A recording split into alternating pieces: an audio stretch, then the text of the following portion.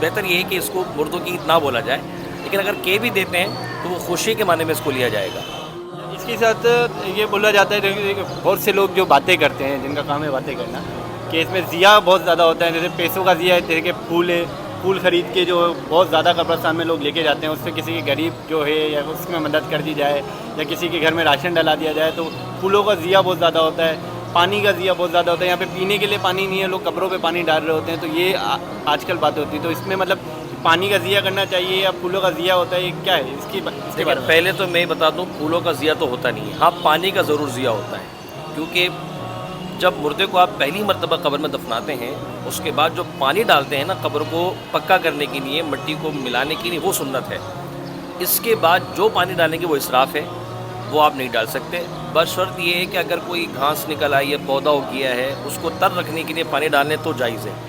Otherwise اگر کوئی ایسی جگہ ہے کہ بالکل مطلب کوئی قبر پہ پھول وغیرہ نہیں ہے، کوئی ٹہنی وغیرہ نہیں ہے، کوئی گھاسیں نہیں ہیں اور صرف زمین ہے، مٹی ہے، تو پھر پانی نہیں ڈال سکتے۔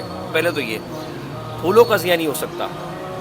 جب تک قبر پہ تازہ پھول رہیں گے وہ اللہ کی ذکر کرتے ہیں، اور اس اللہ کے ذکر سے مردوں کو رحمت ملتی ہے اور مردوں کو راحت ملتی ہے۔ حدیث حضور نبی کریم صلی اللہ علیہ وسلم نے ایک مرتبہ قبر سے آپ کو گزر ہوا تو دیکھا کہ دونوں قبروں پر عذاب ہو رہا ہے۔ اللہ کے نبی نے ٹہنی توڑی، خشک مطلب جو تر ٹہنی تھی درخت کی، اور آدھی آدھی دونوں پہ لگا دی۔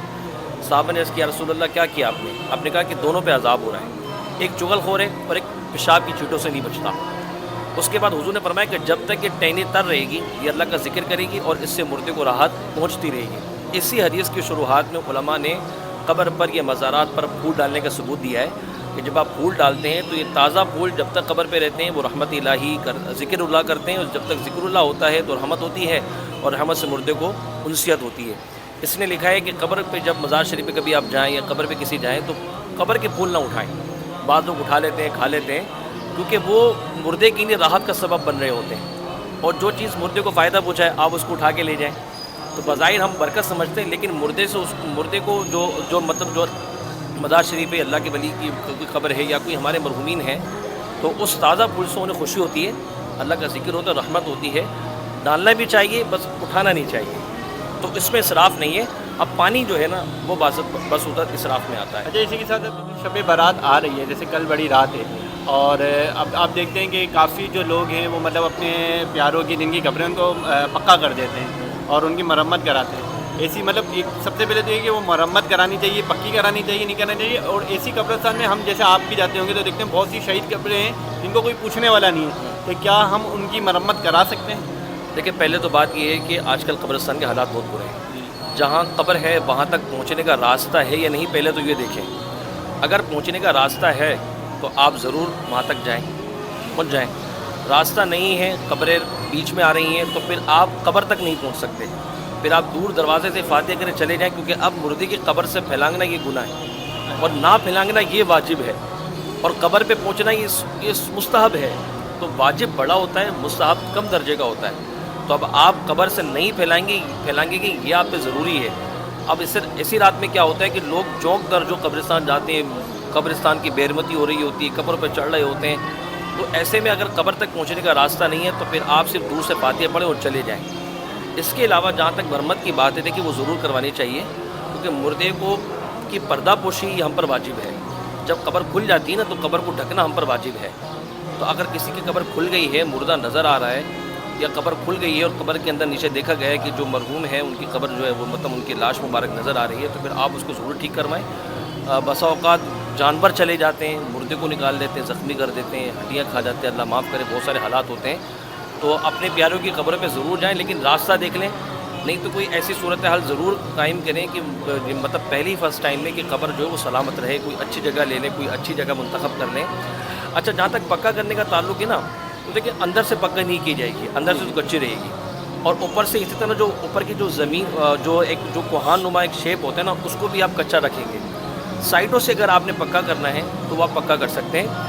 قبر کو آپ ایک بالش سے اوپر بھی نہیں کر سکتے، یہ بھی منع ہے کہ اتنی اونچی قبر نہیں بنائیں کہ ایک بالش سے اوپر کوہان چلا جائے۔ کوہان اس کا ایک بالش کے جتنا اتنا کوہان آپ اس کو رکھیں اور کچا رکھیں، اس کو پکا نہیں کر سکتے اندر سے بھی اور کوہان سے بھی۔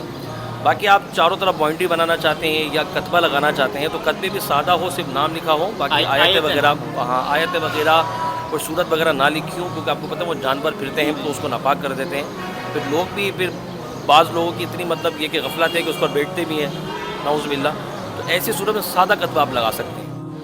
ایک اور یہ تھا کہ اہم جیسے جس کا ابھی آپ کو بھی شاید میسیج آنا اسٹارٹ ہو گئے ہوں گے کہ جانے انجانے مجھ سے کوئی غلطی ہے اور یہ اعمال نامے چینج ہو رہے ہیں تو مجھے معاف کر دیجیے گا, تو کیا یہ طریقہ صحیح ہے کہ میسیج اگر میں نے کسی کا دل دکھایا تو میں اس کو میسیج کروں یا مجھے فزیکلی وہاں پہ موجود ہونا چاہیے؟ تو مطلب کیا طریقہ کار اچھا ہے؟ دیکھیں میری بات سنیں, ہر چیز کا ایک طریقہ کار یہ ہوتا ہے کہ انسان جب کسی سے معافی مانگے نا تو دیکھیں اس کے ساتھ حق تلفی کیا کی گئی ہے. معافی مانگنے کا صرف میسیج نہیں ہے, صحیح, معافی آپ نے فیس ٹو فیس مانگنی ہے. بعض حقوق وہ ہوتے ہیں کہ جن سے معافی بھی مانگنی جائے گی اور ان کی آپ نے مطلب ان کا ضمانت بھی دینی ہے, مطلب ان کو آپ نے ادا بھی کرنا ہے. اس مثال کے طور پر کسی کے پیسے دبا لیے, اب قرضہ آپ نے ادا نہیں کیا, آپ نے معافی بھی مانگنی ہے پلس قرضہ بھی ادا کرنا ہے. اچھا, اس کے علاوہ بہت سارے ایسے حقوق العباد ہیں کہ جس میں معافی مانگنے کے ساتھ ساتھ تلافی بھی کرنا ہوتی ہے. آپ نے اس چیز کو ادا بھی کرنا ہوتا ہے. قرضے کی بات ہے, سود پر کوئی لین دین کرتا ہے اللہ معاف کرے, تو سود تو لوٹانا واجب ہے نا. آپ نے لیا, آپ کی لیے جائز نہیں ہے. جس سے لیا گیا ہے معافی کے ساتھ ساتھ دوبارہ اس کو لوٹانا بھی ہے. کسی کی غیبت اگر آپ نے کی ہے, اس کو پتہ لگ گیا کہ فلاں شخص نے میری غیبت کی, اس کو برا بھی لگا اور آپ کو پتہ لگ گیا کہ میں نے غیبت کی تھی, اس تک بات پہنچ گئی ہے, اب اس سے غیبت کی معافی بھی مانگنی ہے, ساتھ میں اس کی تلافی بھی کرنی ہے. اس کے پاس جا کے کہیں کہ حضرت میں نے ایسے آپ کے ساتھ کر دیا تو اس چیز سے میں معافی مانگتا ہوں. تو معافی یہ ایک فیشن بن گیا ہے میسیجز کا. در حقیقت معافی کا تعلق فزیکل ہوتا ہے کہ آپ جائیں اس کو منائیں اور منا کر ہی آپ اس سے جو ہے اپنے حقوق جو ہے واپس لے سکتے ہیں یا حقوق کی ادائی کر سکتے ہیں. باقی میسیجز کا ٹرینڈ یہ صرف ایک فیشن کی حد تک ہے. اچھا, اسی کے ساتھ ساتھ کہتے ہیں کہ اعمال نامے چینج کیے جاتے ہیں, جو مطلب زندگی میں جس کی جو اعمال ہونے ہیں, جیسے موت کا بھی لکھ دیا جاتا ہے. تو کیا یہ جب اللہ تو نے جب ہم پیدا ہوتے ہیں یہ سب تو پہلے ہی لکھ دیا جاتا ہے, تو یہ اعمال نامے چینج ہونے کی ارادے سے کیوں کہا جاتا ہے؟ دراصل بات یہ ہے کہ اللہ تعالیٰ نے تقدیر کے کچھ فیصلے ایسے ہوتے ہیں جو کبھی بدل نہیں سکتے, لیکن ان فیصلوں کے کوئی ٹائم پیریڈ تو ہوگا نا. پتہ ہے کہ موت آنی ہے, لیکن موت کا وقت تو اللہ کو معلوم ہے نا. تو اعمال ناموں میں موت کا وقت لکھا جاتا ہے, وہ تو اللہ نے لکھ دیا ہے کتاب مبین کے اندر, لیکن ان کے اندر وہ وقت یہ ہوتا ہے کہ جو فرشتوں کے علم میں ڈال دی جاتی ہے بات کہ اب جب یہ کیا جا رہا ہے تو اس بندے کے ساتھ فلاں وقت کے اندر یہ حادثہ ہو جائے گا یا فلاں وقت کے اندر جو ہے اس کی موت طاری ہو جائے گی. جو لوگ اس سال جن کا انتقال ہوگا وہ لوگ انتقال کے لیے اس میں ڈال دیے جائیں گے. ان کا معنی یہ ہوتا ہے, ورنہ حقیقت میں اللہ تعالیٰ نے لکھ دیا ہے سب کچھ, اس کے علم ازلی میں موجود ہے, لیکن وہ بات فرشتوں کے ریکارڈ میں ایک طریقے سے آ جاتی ہے. اور حقیقت یہی ہے کہ اللہ تعالیٰ ان تمام چیزوں کے اندر جو ہے وہ رجسٹر میں قضا و قدرت کے فیصلے لکھے جاتے ہیں. یہ دعا سے یہ سب تقدیریں بدل سکتے ہیں؟ بدل سکتی ہیں وہ تقدیریں جو اللہ نے بدلنی ہوں, باقی جو اس کے علم ازلی میں لکھ دی گئی ہیں وہ نہیں بدل سکتے. شکریہ آپ کا. امید کرتا ہوں آج کی ویڈیو, آج کا ولاگ آپ کو پسند آیا ہوگا. اگر پسند آیا ہے تو ویڈیو کو لائک کریں, شیئر کریں, چینل کو سبسکرائب کریں.